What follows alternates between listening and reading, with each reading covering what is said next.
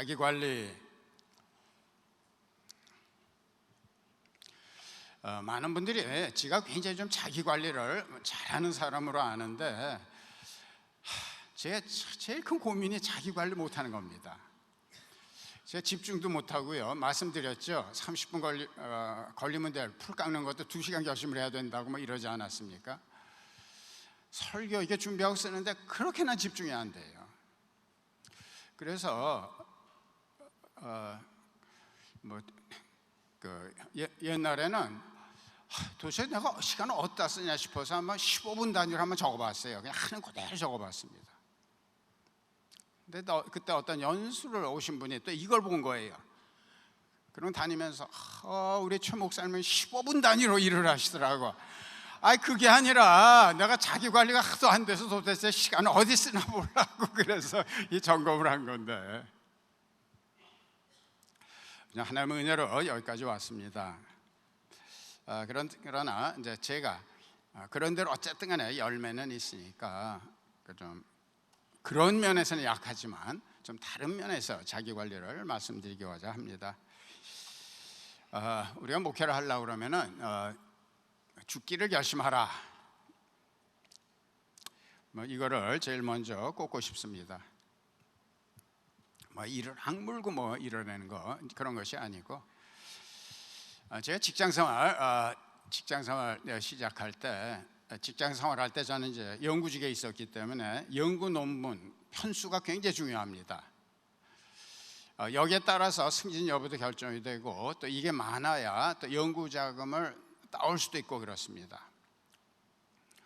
그런데 이제 연구 실제 이렇게 없어지면 이제 막 불안해지는 거예요. 저는 저 하나님의 은혜로 연구 논문이 한 20편 나왔지만은 긴 얘기는 안 하지만 지금 하나님의 은혜입니다. 저는 적성에 안 맞았어요. 그러니까 적성에 안 맞는 걸 하니까 이제 항상 더 이 불안이 큰 겁니다. 그러다가 어떤 책을 읽고서 도움을 얻었는데, 이 책의 내용은 뭔가 하면은 우리가 그 두려움 자체라는 거예요. 그러니까 실제로 이 두려움이라는 것은 굉장히 내 삶을 굉장히 좀 두렵게 만들고 긴장하게 만들고 이제 이러는 건데, 실체를 보면은 별거 아니라는 겁니다. 그래서 이분이 제안하는 것이 이제 제가 쓰는 방법입니다.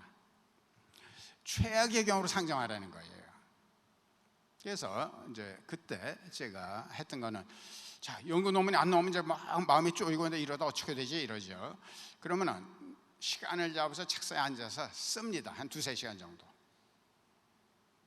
여유 있게 하면서, 자, 논문이 안 나와서 지금 두려워한다. 그러면 논문이 한 편도 안 나온다고 그러자. 그럼 어떻게 되냐? 회사에서 인정받지 못하겠죠.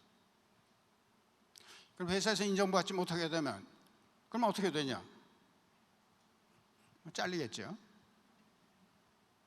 잘리면 어떻게 되냐? 직장 구하는 것이 어려워지죠. 직장은 내가 갖고 있을 때 구해야지 잘리고 나면 어렵습니다. 그래서 직장이 안 구해지면 어떻게 되냐?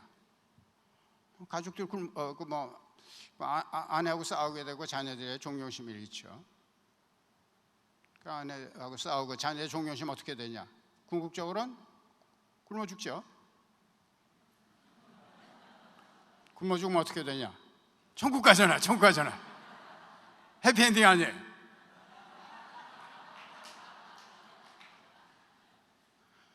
여기서 죽기까지밖에 더 하겠느냐? 이게 여기서 나온 거예요.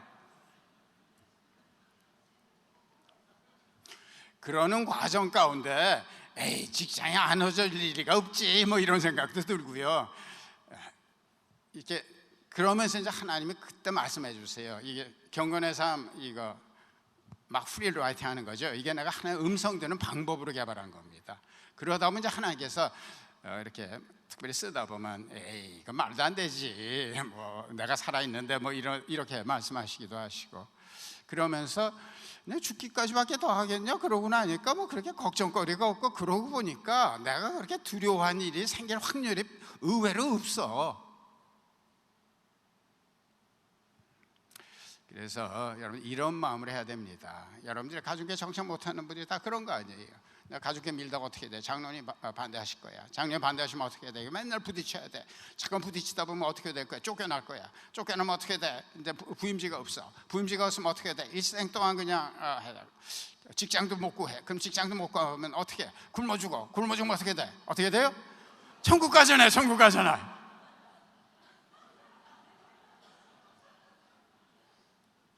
근데 그러는 가운데 깨닫는 것이 뭐냐면 이게 막연한 두려움이었지 사실은 근거가 없는 건 하지만 극히 희박한 것 때문에 내가 이 두려움 때문에 해야 할 일을 못하고 결정한 일을 못 내렸구나 하는 이런 안도감이 생기는 거예요. 죽기만 결심하면은 이게 두려울 게 없어요. 근데 우리는 죽으면 천국 가요. 특별히 가정교회 하다 죽으면은 순교로 쳐줘요. 주님이 꿈꾸셨던 그 교회를 위해서 내가 목숨을 바쳤는데 순교를 안 쳐주시겠어요? 그런데 목사 이렇게 죽기 살기로 하는 걸 알면 이런 것이 성도에게 열기로 전해집니다. 목사 자꾸만 눈치 보고 쭈삣쭈삣하고 이러면 똑같은 교인들 생깁니다. 목사가 죽기를 결심하지 않는데 교인들이 왜 죽기 살기로 하겠어요?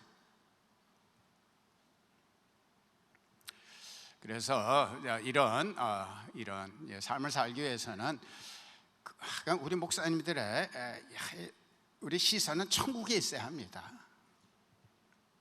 우리가 결정해야 돼요. 내 세상 사람들이 성공했다고 인정하는 목회를 할 거냐, 하나님이 성공했다고 해주는 목회를 할 거냐. 그런데 천국 상급에 둬야 돼요. 무슨 큰 결정을 놓고서도 언제든지 이런 것이 어떤 결과를 가져올까 하기 전에 내가 하나님 앞에 서서 이런 결정을 하나님께서 내 삶을 보고할 때 잘했다 그러실까 못했다 그러실까. 여러분 끊임없이 우리가 천국에다 시선을 두고 해야 합니다. 이게 죽기 살기를 목회하는 거예요. 이럴 때 교인들에게 열기가 전달이 됩니다. 그런데 이럴 때 이제 비로소 자유함이 있어요. 어떤 때는 이게 말도 도움이 됩니다. 이런 이제 전 이제 나중에 다 안정이 됐으니까 그랬지만 초기에도 저도 이제 그런 시절이 있었어요. 지내놓고 나니까 결과가 좋으니까 기억이 안 나지. 지금 생각하면은 처음에 왔을 때 갑자기 오는 바람에 가족은 다 두고 저 혼자 왔거든요. 그러고 오면 집에 텅 빈 방에 들어와서 침대에 누워갖고 내가 여길 왜 왔지? 이런 생각할 때도 있었거든요. 근데 이제 좀 어려움이 생기면은 그냥 내가 소리 내서 말합니다. 죽기밖에 더 하겠냐? 그럼 힘이 나요. 우리 한번 합시다. 시작. 죽기밖에 더 하겠냐? 시원하죠? 겁날 거 없죠? 죽으면 어떻게 돼요? 우리 천국 가잖아요. 가정교회 하다가 말아먹으면 어떻게 돼요? 순교.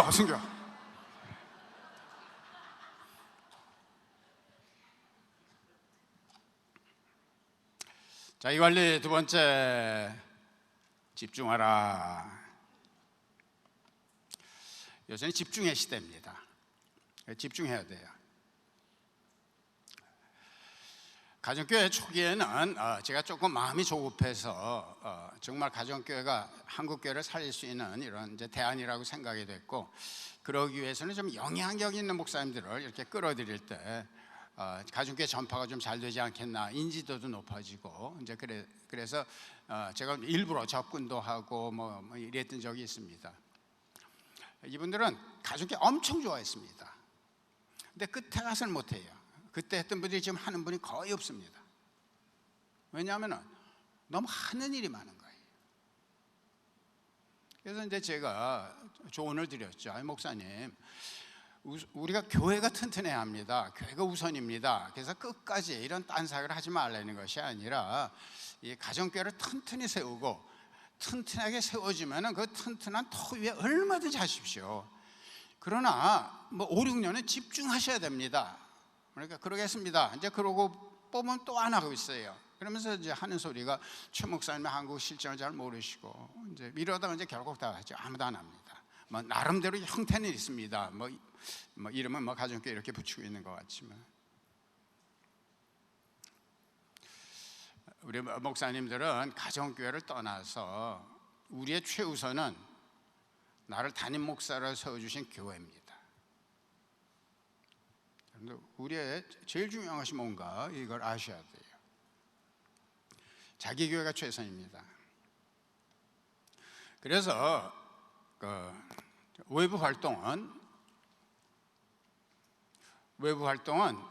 자기 교회에 지장이 되지 않는 한도 내에서만 해야 합니다. 저는 처음에 부임해서 1년인가 2년인가 외부 집회를 이제 전혀 안 다녔고요. 이제 그 다음부터는 이렇게 이제 외부 집회를 다니기 시작을 했는데, 이제 그러면서 한국의 가정교회가 확산되기 때문에 이제 한국 집회도 나오고 그랬지만은 제가 굉장히 오랫동안 이수관 목사님이 내 대신 이거 해주기 전까지는 1년에 주일 6번을 안 빼려고 애를 썼습니다. 그래서 뭐 어떨 때는 이렇게 비행기에 떨어져서 가서 생명삼 인도하고 뭐 이런 경우도 있었고요. 그 다음에 제가 우리 교인들한테 그랬어요. 만일 가족교회 사역이 지장이 된다면 나는 가정교회 사역을 놓을 거다. 절교회 사역이 중요하니까. 여러분들 굉장히 우리가 해야 될 사역이 많지만 우리는 담임 목사로 부르셨어요. 기관 목회를 하시든지 아니 담임 목회를 하려고 그러면은 여러분들 삶에서 최우선은 여러분들 교회입니다. 그래서 외부 활동을 할 때는 이제 질문을 하셔야죠. 꼭 그렇다고 외부 활동은 이제 하지 말아서는 안 되는 것이고, 그리고 이제 많은 경우에는 초기에는 좀 집중하지만 나중에 조금 느슨하게 해도 돼요. 여유가 생기니까. 왜? 특별히 이제 노회장 이런 거는 여러분들이 좀 하셔야 돼요. 그래서 여러분들 섬김의 리더십도 발휘하고, 우리 가정교회 중요한 목표 중에 하나가 우리가 속한 뭐 노회라든가 상회를 살리는 거 아닙니까? 교단을 살리는 거 아니에요? 그러니까 너무 우리 이래서 이제 이런 거 거절하면 안 되고요. 노회장 이런 거 뭐 1년만 하면 되니까 섬김의 본도 좀 보이시고 좋은 인상을 줘서 가정교회를 좀 해야겠다 이런 것도 하지만은 그러나 가장 중요한 것은 내 교회다 하는 겁니다. 그래서 여러 가지 해야 될 사역이 이렇게 많이 있으면은 이제 외부 사역은 어떤 기준에서 해야 되나? 뭐 첫째는 내 교회 사역에 지장을 주지 말아야 되고요. 그다음에 여러분 동기를 살펴야 합니다. 내가 지금 한 이 외부 사역이 정말 하나님의 필요 때문이냐, 내 필요 때문이냐? 많은 게 내 필요인 것 같아요. 진지하게 물어봐야 돼요. 이거 정말 하나님의 필요냐, 내 필요냐? 하나님의 필요라는 이런 결론이 내려졌으면 그 다음에 던져야 질문이, 이거 꼭 내가 해야도 되냐? 정말 이게 하나님의 필요라고 그러면 또 내가 아니라도 할 사람이 있으면 꼭 내가 해야 된다고 고집할 필요 없어요. 근데 이제 많은 경우에는 내 필요 때문에 하기 때문에 못 물러나는 거예요. 남한테 못 맡기는 거예요. 여러분 목회에 집중하시기 바랍니다. 여러분들을 담임 목사로 부르셨으니까 여러분들이 담임하는 그 교회가 여러분들의 목회에서 가장 중요합니다. 쉬어라. 1, 2, 3 기도 이렇게 제목을 받으면은 이제 건강에 관한 기도 제목이 굉장히 많습니다. 목사님들도 그렇고 사모님들도 그렇고. 그래서 어떤 때 내가 좀 죄송스러워요. 저는 지금 약 먹는 게 하나도 없거든요. 76이지만 그냥 멀티바이타민하고 이제 바이타민 D 먹는 정도인데, 젊은 목사들, 사모들 하여간 건강 문제가 없는 사람들이 없어요. 어떤 건 하도 병명이 이상해서 막 구글에 들어가서 찾아봐야 돼. 이게 뭐냐 뭐 이러고. 이제 전문가가 됐어요. 하도 병들이 많아갖고. 건강관리 하셔야 돼요. 체력이 영역입니다. 그래서 이제 어떤 분들 이렇게 보면은 막 디프레션에 막 좀 빠지고 이러면은 이게 또 이걸 극복하기 위해서 막 금식하고 산기도 하고 그러는데 그러면 안 돼요. 많은 경우에는 몸이 피곤해서 그래요. 그냥 아무것도 하지 말고 2, 3일 푹 자면 떠날 수 있는 건데, 이걸 자꾸만 영적인 문제로, 체력이 못 쫓아가서 오는 문제인데 이걸 영적인 문제로 해석을 해갖고 자꾸만 그러지 마시고 체력 관리를 잘 쉬셔야 돼요. 체력 관리가 안 되더라도. 하여간 제일 좋은 거는 러닝머신 이런 거 하나 이렇게 사무실에 갖다 놓으시고, 저도 그렇게 했거든요. 근데 이제 얼마 재미없어요. 그런데 이제 은주 사모가 코리안 드라마를 빌려줘서 탁 놓고서 빠질 수가 없어요. 이것 때문에 운동을.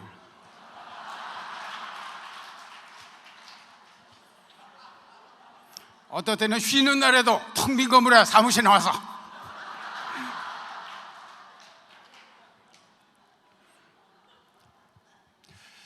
뭐 그게 제일 좋은 것 같아요. 나름대로 이렇게 체력 관리를 하셔야지. 요새는 그냥 짧은 시간 안에 체력 관리하는 이런 게 많이 나왔습니다. 스쿼팅도 그렇고 여러 가지 있으니까 체력 관리 하시고요. 이거 쉬는 거 꼭 쉴 때는 쉬시고요. 뭐 쉬는 날 보통 저는 목요일 날 쉽니다.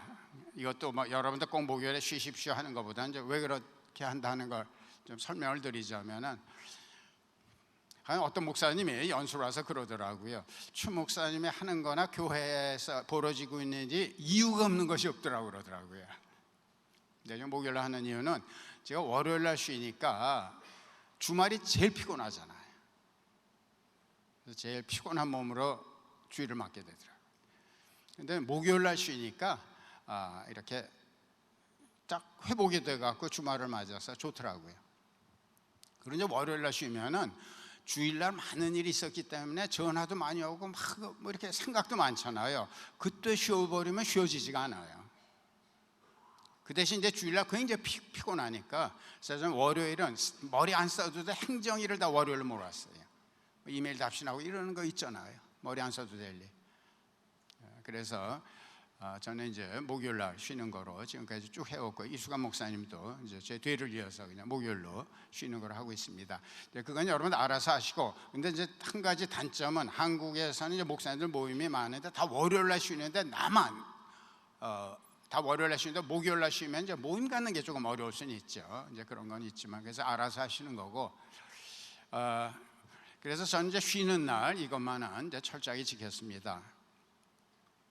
그래서 제가 쉬는 날은 이제 전화도 안 받고, 저는 워낙 이제 전화 받는 걸 좀 힘들어하기도 하지만, 그래서 교인들이 이걸 존중해 줬어요. 그래서 녹음하고 교인들 굉장히 존중해 줬습니다. 그래서 그날은 이제 새벽 기도도 안 하고, 하루 이제 아침에 우리 아내랑 뭐 대화할 시간이 없으니까 이제 아침 먹으면서 이제 대화도 하고, 또 이제 같이 커피숍에 가서 이제 커피도 마시고, 난 또 영화 좋아하니까 뭐 다운받아서 보든지 직접 보든지 뭐 영화도 좀 보고, 이제 애들하고도 뭐 손주하고도 좀 만나고 뭐 이런 식으로 이제 보냅니다. 그 대신 치과 약속 이런 것도 꼭 제가 쉬는 날 했습니다. 업무 시간에 안 하고. 초기에는 우리 교인들은 하루도 쉬지 못하고 주일까지 이렇게 열심히 뛰는데 쉬는 게 너무너무 미안해서, 당시에 내가 좀 능력에 대한 어떤 갈망도 있고 그래서 그렇지만은 제가 수요일마다 철야했습니다. 근데 큰 이유 중에 하나는 기도도 필요하고 뭐 이랬지만은 교인들한테 미안해서, 그래서 이제 수요일은 다 간 다음에 이제 슬리핑백 갖고 뭐 철야 기도라고 그러지만 뭐 거의 잤습니다. 어쨌든 다니면서 잤어요. 그리고 그때 알았어요. 철야 기도할 때 이렇게 큰 건물에 이러고 있으니까 막 등에 오싹오싹하는 거 있죠. 그래서 한참 동안 이렇게 못하고 이렇게 보고서,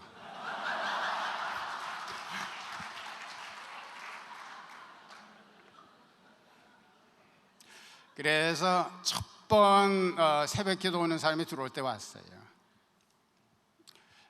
기도도 필요했지만, 그런데 평소에 열심히 사역을 하면은 교인들이 인정해 주더라고요. 저는 사실 새벽 기도 와갖고 밤늦게 뭐 계속 있잖아요. 어디 나갔다가도 교회 들어오고 이러니까 그걸 인정을 해주고, 그래서 목요일 하루는 철저히 쉬었습니다. 저는 이 새벽 기도 할 때는 그 자체 기적입니다. 저는 소위 그 올빼미 타입입니다. 낮엔 정신이 멍해요. 그래서 해가 떨어지면 정신이 바짝 나요. 그래서 내 피에는 드라큘라 피가 흐르나 뭐. 그래서 하기는 하는데 이게 체질이 안 맞으니까 수요일 정도 되면 막 입이 터지고 혓바늘이 돋고 막 그래요. 그래서 지금 안쉬면 안 돼요. 그래서 하루 정도는 그냥 아침 늦잠을 자야만 회복이 됩니다. 쉴 때 꼭 쉬시기 바라고, 그 다음에 좀 웃어라. 담임 목사의 가장 큰 역할이 교회 분위기를 밝게 하는 거라고 그랬잖아요. 그래서 우리 목사님들이 많이 웃으셔야 돼. 근데 웃는 게 그냥 뭐 괜히 막 히히거리고 제절로 나오는 건 아니잖아요. 근데 웃는 데는 건, 그래서 이제 농담 이런 것도, 농담도 좀 잘못 이해하셔갖고 뭐 이렇게 인터넷에서 보고 막 옮기고 막 이런 것도 그런데 보통 이제 썰렁합니다. 그냥 교인들이 막 봐줘서 웃어주는 거지. 진짜 유머는 자기를 비하하는 겁니다. 비하하는 거. 남을 갖고 아니라. 그래서 자기 약점이나 문제점을 과장해서 말하는 거, 이제 이게 유머입니다. 미국 사람들이 이런 거 아주 기맥히게 하죠. 링컨 대통령 뭐 이거 아세요? 키가 크고 잘생긴 얼굴은 아니죠, 이 사람. 이제 그래서 선거 캠페인을 하는데 상대방이 이제 위선자다 이거예요. 그래서 링컨은 두 얼굴의 사람이다 뭐 이제 이러니까 자기가 타고 오더니, 내가 얼굴이 두 개라고 그러면 이 얼굴을 쓰고 다니겠습니까?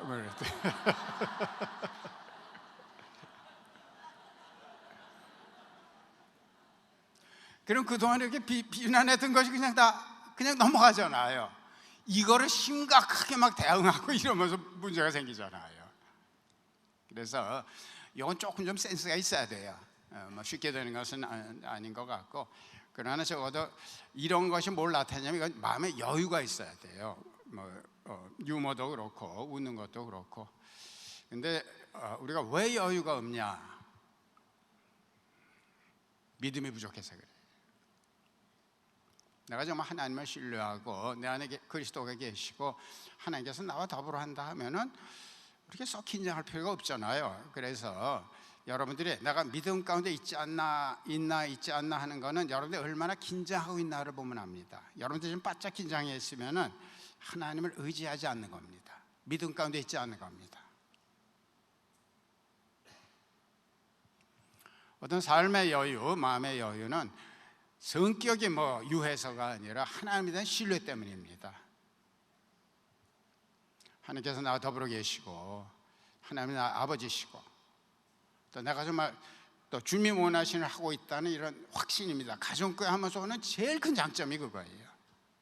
주님 원하신 교회를 하고 있다 하는 이거예요. 이거 거기서는 배짱이 있는 거예요. 그래서 이런 우리 마음의 여유, 내가 뭔가 긴장했을 때는 한번 살펴보셔야 돼요. 내가 어떤 면에서 지금 하나님을 신뢰하지 못하고 있는가를 살피셔야 돼요. 그래서 긴장이 풀어질 때 웃을 수 있는 여유도 나오고 농담을 던질 수 있는 이런 여유도 나오고 자기 자신을 비하할 수 있는 여유도 나오는 거예요. 제가 좀 저를 비하하는 그런 얘기 좀 많이 했죠. 사실이지만 이제 약간 과장해서. 재밌죠?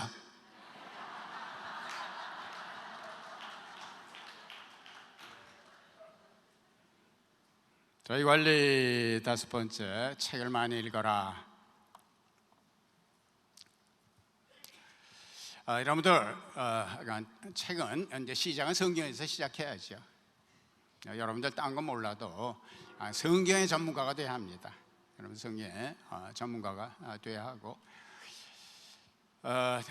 제가 시간이 없어서 긴 얘기는 못 드리지만 성경 읽는 이유가 뭔가, 어떤 분은 이제 몇 번 읽었다 하는데 너무 중점을 두는데 그게 중요한 것이 아니라 성경을 통해서 하나님의 마음을 아는 거예요. 율법서도 그렇죠. 하나님이 이거 해라 저거 하지 마라 할 때 그걸 우리가 지킬 거 아니잖아요. 우리는 은혜 시대에 살고 있잖아요. 그런데 이런 걸 해라 이런 걸 하지 마라 할 때 이걸 하나님의 마음을 아는 거예요. 하나님 이런 거 좋아하시고 이런 거 안 좋아하시는구나. 역사서도 마찬가지입니다. 왜 우리가 한민족 이스라엘 역사를 공부하느냐? 그게 아니라 이스라엘 역사의 주인공은 하나님이세요. 그래서 이스라엘 사람들의 그런 삶 가운데서 하나님이 어떻게 역사하셨냐 하는 걸 알고서 우리 하나님의 마음을 아는 거예요. 예언서도 이런 목적을 갖고 읽지 않으면 똑같은 얘기 자꾸만 해요. 맨날 망한다 뭐 이런 얘기고 돌아온다 뭐 이 얘기예요.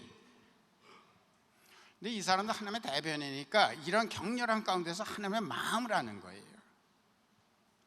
그래서 우리는 성경을 많이 읽어서 이렇게 보통 대화할 때도 자연스럽게 성경 구절이 연상이 되고 성경에 기록된 어떤 사건이 생각나면서 자연스럽게 이런 얘기가 나올 수 있도록 성경을 많이 읽으셔야 돼요. 하나님의 마음을 알기 위해서.